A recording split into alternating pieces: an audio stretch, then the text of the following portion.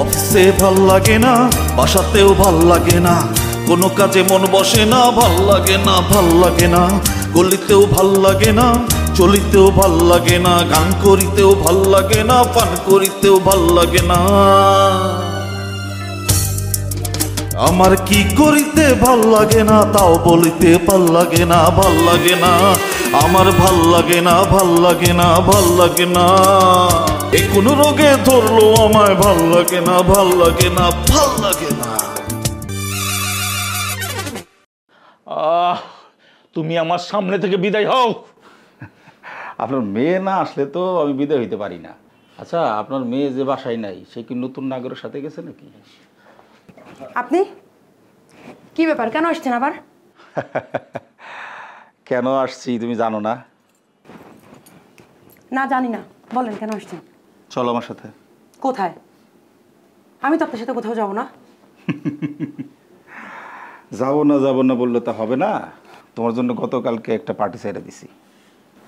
কি নতুন নাগরের সাথে যাইবা? ফালতু কথা একদম বলবেন না, বলে দিলাম, বুঝছেন? ফালতু কথা বলি আমি না? আচ্ছা ঠিক আছে, ফালতু কথা বলবো না। তুমি আমার টাকাগুলো দিয়ে দাও, টাকাগুলো দিলে আমি চলে যাই, তাহলে আর আইসা তোমার বিরক্ত করবো না। টাকা দিবা না, আবার দেমোকে দেখাইবা। আমার টাকা দাও, নাহলে আমার সাথে চলো। না, আমার মেয়ে কোথাও যাইবো না। আপনার মেয়ে যাইতে পারবো না? আপনার মেয়ে যদি না যাইতে পারে তাহলে আপনার চিকিৎসার জন্য যে আমার কাছে টাকা পয়সা নিছিল ওইগুলো দিব কেমনে? আর আপনার ওষুধপত্র খাওয়াইবো কেমনে? আইসো না, আমি বাইরে অপেক্ষা করতেছি, তুমি তাড়াতাড়ি আসো। দেখেন শুনেন, আমার আব্বার না শরীরটা খুব একটা ভালো না, আমি আজকে কোথাও যাইতে পারবো না। প্লিজ আপনি বোঝার চেষ্টা করেন, আমি আপনার টাকা দিয়ে দেবো তো, কইছি তো। শোন, তোর লাগে আমার গতকালকে লস হয়েছে। আমার যদি এত লস হয় আমি কিন্তু মাইনা নিব না। যত তাড়াতাড়ি সম্ভব তুই আমার টাকা দিয়ে দিবি।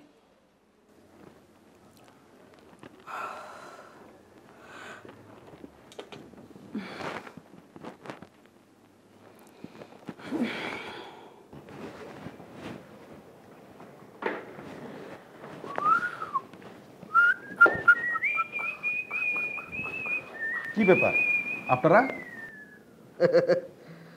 বড় ভাই, আমার জীবনে আমি নানান রঙের নানান পদের চাপাবাজ দেখছি, কিন্তু আপনার মতো এরকম সুদর্শন সুচারু বুদ্ধির চাপাবাজ একটা চোখে দেখি নাই। আপনি আমার লগে যে কাজটা করছেন, আমার তো মনে হয় আপনার এই পিএইচডি ডিগ্রি এবং নোবেল দুটোই এক লগে দেওয়া দরকার আছে। কেন, কি হয়েছে? কি হয়েছে বোঝেন নাই? এই মিয়া, সেদিন আপনি কি কাজটা করলেন? হ্যাঁ, আপনি এসপির ডর দেখে আমার খালি হাতে বিদায় করে দিলেন। কিসের এসপি? কোথাকার এসপি? এই থানায় তো দূরের কথা, ঢাকা শহরের আশেপাশে কোনো থানায় কামরুল নামে কোনো এসপি নাই। আমি খোঁজ খবর নিয়ে চলে আসছি। শোনেন, আগে চাইছিলাম মাত্র 1 লাখ, এখন দেবেন পুরাপুরি 2 লাখ। 2 লাখ মানে বুঝছেন তো, ডাবল ডাবল। ও আচ্ছা আচ্ছা আচ্ছা। আর যদি না দেই? না দিলে আপনার এই প্রতিষ্ঠানের নামে যেগুলো দুর্নীতি করেন, কর্মচারী নিয়োগদের নামে মাল্টু নেন, তারপর আপনার কাগজপত্র ঠিক নাই, এগুলো সবকিছু আমাকে পত্রিকায় হেডলাইনে চলে যাবে। তারপর আপনার প্রতিষ্ঠান ডাইরেক্ট পথে বসে যাবে। দেখেন, যদিও এই সমস্ত করার কোনো ইচ্ছা আমার নাই, সাংবাদিক হইলেও সামান্য মানবতা তো আমাদের মধ্যেও আছে। যেহেতু আপনার এই কোম্পানিতে অনেক লোক চাকরি করে, পরিবার পরিজন নিয়ে চলে, একটা হিসাব আছে না। শোনেন ভাই, আপনি কাজ করেন, ওই রাজপথ ওইগুলা চলে, আপোষ না সংগ্রাম, সংগ্রাম সংগ্রাম, কিন্তু অফিসে আদালতে আপোষে চলে, বুঝেন নাই?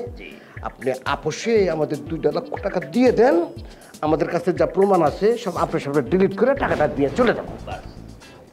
ও আচ্ছা আচ্ছা আচ্ছা, 2 লাখ টাকা? জি জি, ঠিক আছে, 5টা মিনিট বসেন, পারবেন তো?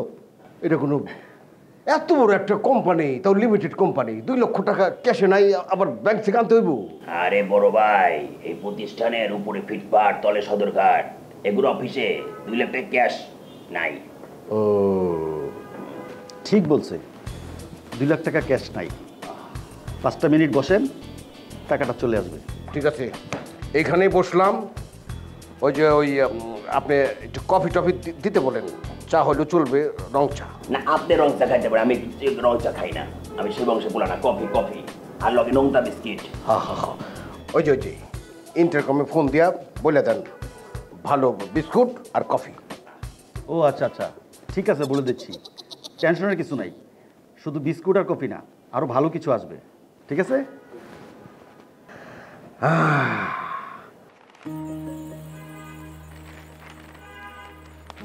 ভাইজান ব্যস্ত? না, কিছু বলবি? হ্যাঁ ভাইজান, বল। মানে আসলে ভাইজান বলতেছিলাম কি, বাবুর তো বড় হয়েছে অনেক, ওর জন্য তো কিছু একটা করতে হবে।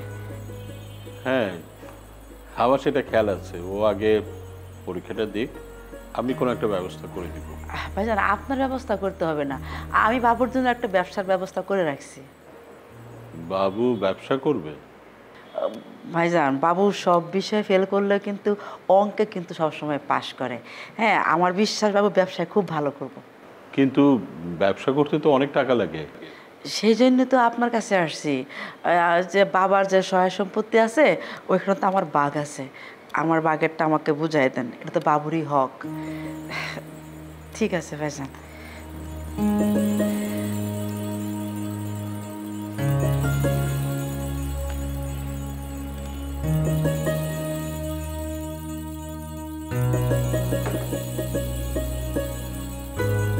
কি ব্যাপার ভাই, আপনার লোকজন তো টাকা পয়সা নিয়ে এখন আসতেছে না।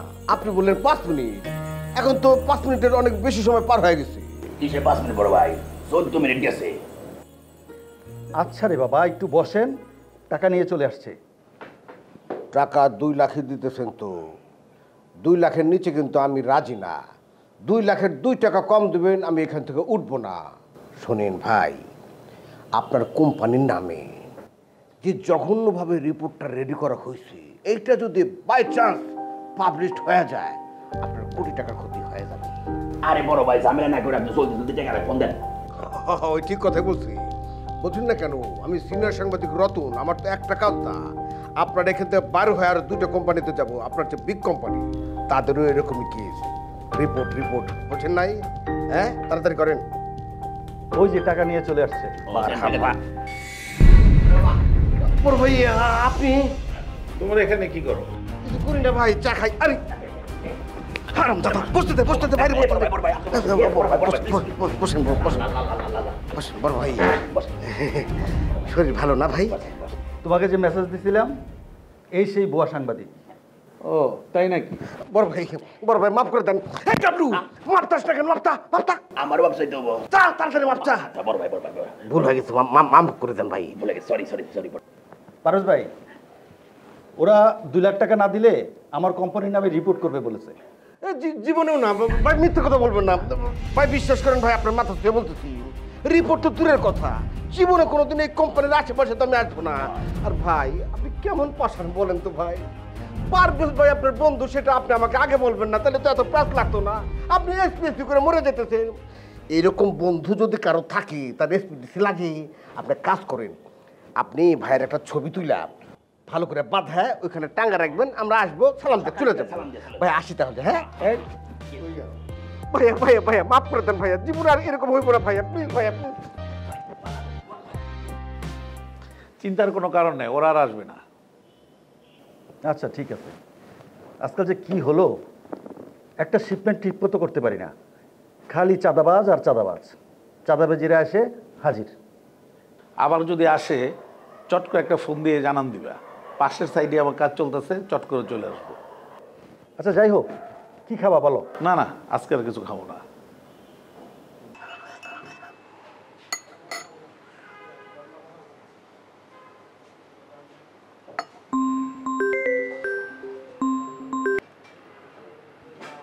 হ্যালো ফুপু। বকর, কেমন আছো? ফুপু অতদিন বালা আসলাম না, কিন্তু আজ গতে বালা থাকবাম। কেন? আমনে শুনছুন না, আজ গতে কয়ে দিছি আনের বাতিজিরে যে আমি আর হ্যাঁ বিয়া হরতাম না। আল্লাহ, এই কথা বলছো কেন? আর কখন বললা এটা?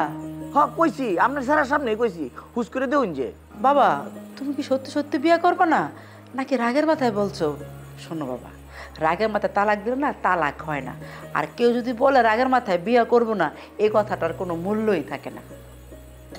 না ফুপু, আপনার কথা আমি বুঝতাম পারছি, কিন্তু আমার সিদ্ধান্ত ফাইনাল। আর তাছাড়া আমি ফুপু একটা সুন্দর মন্দির থেকে নতুন সেরি পাই আলছি।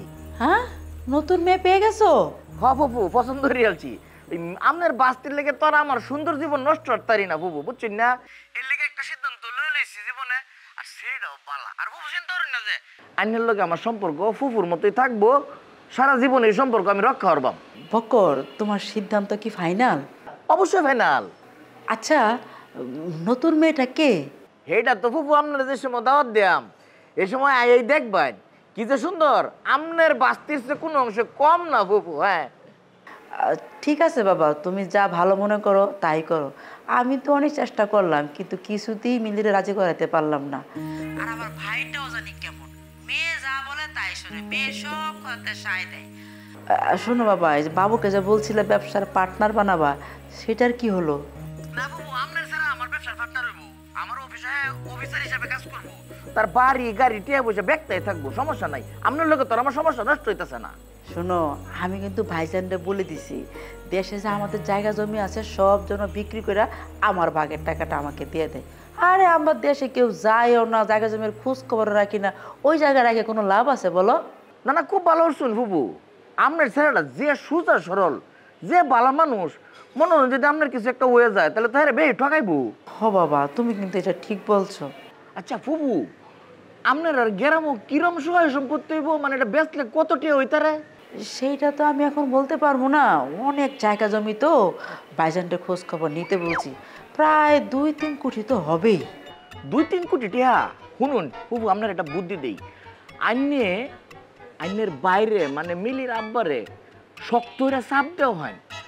এই 2-3 কোটি টিয়া 4 টিকানি কথা না, কিন্তু আল্লাহ না করুক মিলির বাপের কিছু হয়ে গেল বা আমনের কিছু হয়ে গেল, বাবু ভাই যে সোজা সাপটা মানুষ, হে তো ফেস মুসুরাই বুঝতো না 2-3 কোটি টিয়ার মালিক হনো তো দূরের কথা, মনে করেন জিরো বলে দেবো, জিরো। তাহলে কি আপনি চাপ দিন, চাপ দিয়ে কোনোভাবে খালি আপনি গ্রামের জমিটা বেচে 2-3 কোটি টিয়া টাউনে লইয়া হয়। বাবা, তুমি তো জানোই যে আমার ছেলেটা অনেক সহজ সরল, সেই জন্য না সাহস পাই না।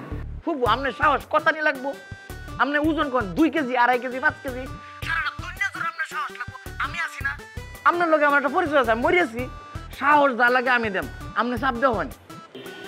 আচ্ছা বাবা, আচ্ছা ঠিক আছে, ভালো থাকো, আল্লাহ হাফিজ। আল্লাহ হাফিজ। কি ভালো ছেলে।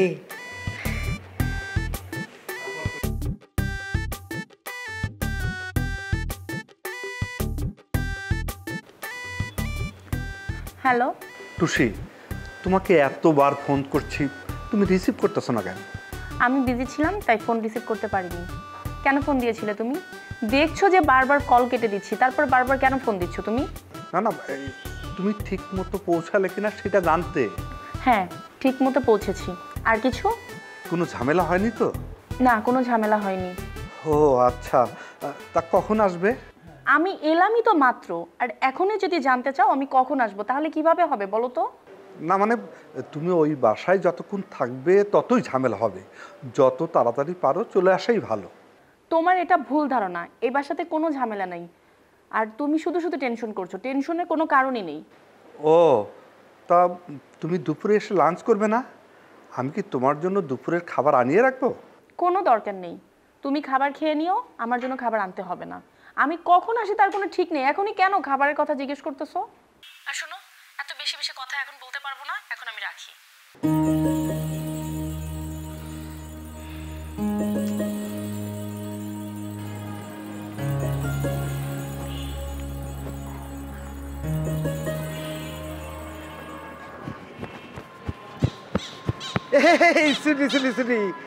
কি অবস্থা, কেমন আছো তুমি? ভালো আছি। কি অবস্থা আপনার, কি খবর? খবর ভালো। এই অফিস থেকে আসলা? জি।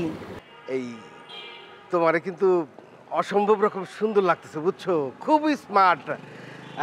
আসলে তোমারে অফিসিয়াল বিগ কাজে ভালো মানায় বুঝছো। চলো তোমার আইসক্রিম খাওয়াই।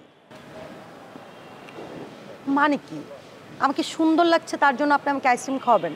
আর যদি সুন্দর না লাগতো তাহলে বুঝে খাওয়াতেন না?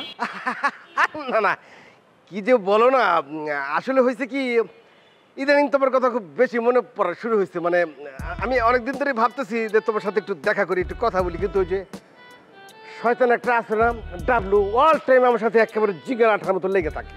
তা উনি এখন কোথায়? আছে হয়তো কোথাও কাজে টাজে। শোনো, আমি চিন্তা করছি যে জীবনটাকে একটা সিস্টেমেটিক ফর্মে ফলাই দেবো, এইভাবে ঠিক হইতেছে না। তার মানে কি এখন আপনি সিস্টেমেটিক ফর্মে নেই? না সিস্টেমেটিক মানে কেমনে সিস্টেমেটিক থাকবো, আমার কাজই তো সিস্টেমের মধ্যে না। সাংবাদিকতা করি না, সকালে এইখানে তো বিকেলে ওইখানে, মানে কোথাও একদণ্ড যে স্থির হমু সেই সুযোগ নাই। কি আর করবেন বলেন, আপনি তো কোনো ফিক্সড কাজই করেন না, কাজই করেন ফ্রিল্যান্সিং, আপনি তো স্থির হতে পারবেন না। সেই জন্য তো কথাটা তোমার বললাম। তো যদিও ফ্রিল্যান্সিংয়ে তোমার ইনকামটা অনেক বেশি, সুযোগ সুবিধা অনেক বেশি, তারপর স্বাধীন চেতা, মনে করো মন চাইলো কাজ করলাম, মন চাইলো করলাম না, বাসায় শুয়ে থাকলাম, সময় দিলাম। হ্যাঁ, এটা কিন্তু ভালো। মানুষ তো আবার জিনিসটারে উল্টো মনে করে আমি একটা ভাদাম্মা, আমার কোনো কাজ নাই, কর্ম নাই, জীবনে কোনো আশা নাই, আমার কোনো উচ্চাকাঙ্ক্ষা নাই, এই সমস্ত মনে করে, বুঝছো না? এখন যেটা গেছে সেটা তো পাস্ট, পেছন সামনে নিজেকে একটু উপযুক্ত করে গঠন করতে হবে। মানে আছে না, ভবিষ্যৎ জীবনটা কিভাবে সুন্দর করা যায়। রতন ভাই ওয়েট, মানে আপনার কথা শুনে কিন্তু আমার কাছে মনে হচ্ছে আপনি বিয়ে শাদী করতে চাচ্ছেন, তাই না? না মানে বিয়ে তো কপালের ব্যাপার, করতেই হবে। দেখি মানে সুইটি কেমন আছো? সুইটি কেমন আছে সেটা জানে তুই কি করবি? তুই তোর চোখ নাই, তুই দেখতেছিস না সুইটি ভালো আছে? সুইটির মুখ নড়তেছে, কথা বলতেছে, সুইটি তো ভালোই আছে, আবার জিজ্ঞেস করতে হইব। একটু কুশল বিনিময় করলাম। কিসের কুশল বিনিময় করবি তুই? তুই যে কাজে যেতেছিলি যা, কাজ তো সেরে গেছে বড় ভাই। আর রতন ভাই ভালো কথা, শুনলাম আপনি নাকি যে দুলা ভাইয়ের যে টাকাটা মানে গচ্ছা গেছে ওটা উদ্ধার করার চেষ্টা করতেছেন। ও হ্যাঁ হ্যাঁ, ওটা চেষ্টা চলতেছে। তো এখন মানে অবস্থা কি, কোন পর্যায়ে, কিছু খবর পাইছেন?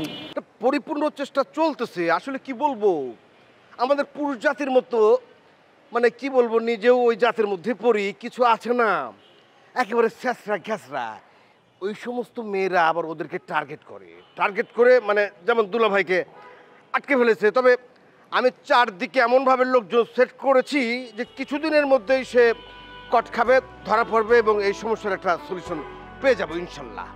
কি আর বলবো, দুলা ভাইয়ের তো আমও গেছে, ছালাও গেছে। আপনি একটু চেষ্টা করে দেখেন কিছু করা যায় কিনা। আমি তাহলে আসি, আমার দেরি হয়ে যাচ্ছে। এই আইসক্রিম খাবো না আজকে না, তবে এই যে প্রমিস করলাম অন্য আরেকদিন ঠিকই খাবো। বাই। এবার ভাই চলেন আইসক্রিম খাই। কিসের আইসক্রিম? আপনি এই মাত্র না সুইটিকে আইসক্রিম খাওয়াইতে চাইলেন। সুইটিকে বলছি, তোরে বলছি, আইসক্রিমের নাম শুনে জিভটা কেউ লেখা করতেছে।